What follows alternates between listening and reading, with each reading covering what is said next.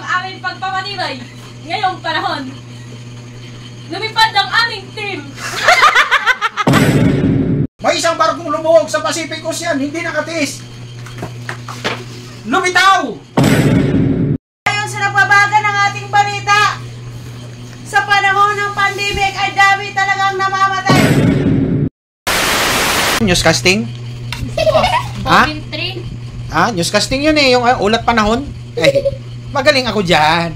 Ay, maniwala ka. Lalo na to isa. Di ba, magaling ka dyan? Ulat panahon. Mamaya, makikita mo yung ano namin. Ikaw din, magaling ka din. Bangan natin guys, mag-newscasting kayo mamaya. Si ate, kuan galibog ba? Dili siya kabalo mag-newscasting. Ay! Oo, tara. Tara. Newscasting mo yung gusto. Tadloan na ba sa pag-newscasting? Tara, newscasting na tayo. Tara.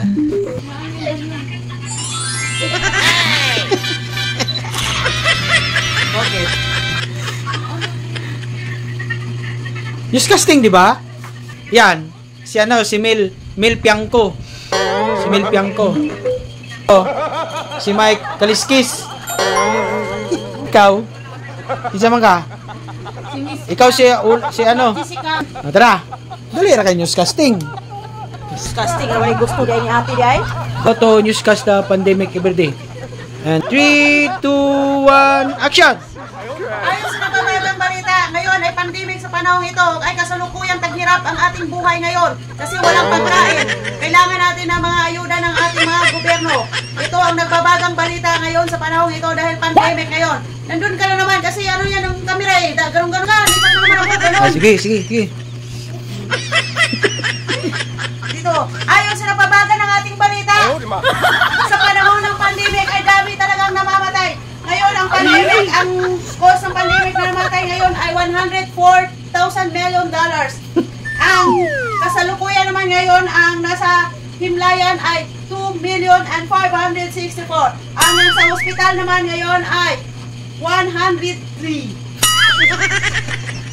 Ayon sa nababagang balita, kasalukuyan ngayon ay may mga ayuda sa aming lugar. Ang nagbabagang balita ay tapos na po.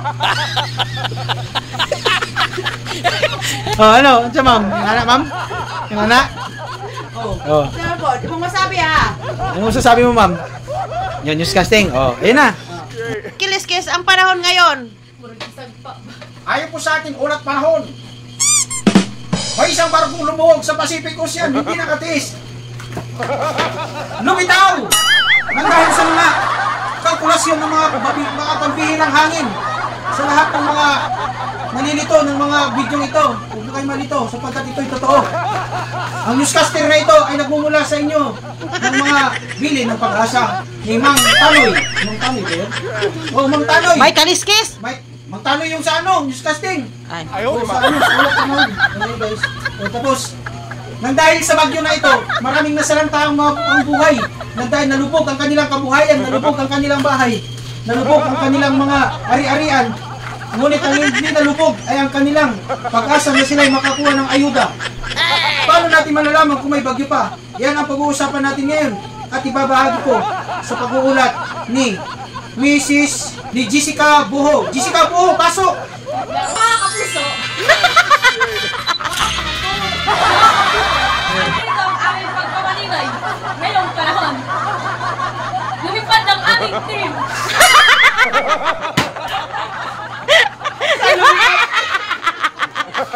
Tama! Tuloy kami ngayon.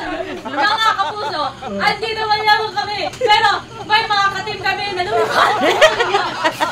Andito ay nagpapatunay ang aming pagtuklas dahil sa ibang lugar ay may mga bulto at andun si Kalwag ay nagpapatunay kung may bulto ba doon. Antay lang ang ngayon kapag dahil sa'yo na kami may bulto. Jessica Soho! Hindi, napunta ka sa multo. Ay, sabi mo kasi. Jessica Soho! Jessica mo. Oo. Kamusta? Kamusta, Yoms? Ano masasabi mo? Ha? Sakto yung ano namin, itinuro namin sa'yo. Magkano ko, magsasabi ako. Sige, Ikaw nga. Paano? Ikaw nga. Ikaw. Bigay kayo ng team. Team. Sige. Timothy! Ay sa ating nagbabagang balita, hindi namin nagbabagang balita. Kung hindi alam ito sa nagbabagang balita, ipapasa namin doon kaya si Corina Panis. Ayaw ba? Sing! Ready? 1, 2, 3, action! Nagbabagang balita na dito naman tayo. Ako nga po pala si Karina ano. Si Karina ano? Oh, si Karina, ano yung... Yan. Nagbabagang balita ang araw na ito ay pag-uusapan natin kung paano nga ba si Alice Guo naman nakulong. Yan. Si Alice Guo nga pala ay nagsinungaling sa lahat ng kanyang impormasyon. Napakaraming mga impormasyon na kailang tuklasan about sa Banban Tarlac. Ngunit walang nakuha ang mga politiko dahil si Alice Guo ay isang spy galing siya sa China. At nais ni Alice Guo na patumbahin ang mga politiko na nagsasaliksik about sa mga pinagdadaanan niya sa kanyang buhay. At ngayon, tutuklasin natin kung bakit nga ba nakulong si Alice Guo. Dahil sa araw na iyon, nagkaroon ng Senate hearing ngunit hindi siya dumating. Hindi dumating si Alice Guo ng patay ko. Hindi dumating si Alice Guo ng panahon sa kanyang pangalawang Senate hearing. Kaya nagkaroon ng lagat sa mga politiko na si Alice Guo ay isang spy. Ayaw, di ba? Isang spy. Lumaki ako sa farm. Ikaw, Jessica, buho. At yan ang aming nagbabagang balita. Ako po si Mang Kaliskis. Ako si Jessica Boho. Ako si Karina ano? At yan ang nagbabagang balita. At hanggang sa muli. Ito at naman yan ang si nagsasabi na, Mel Piangco. pag may balita, Isumbong mo kay Mel Pianco. Yes na yan!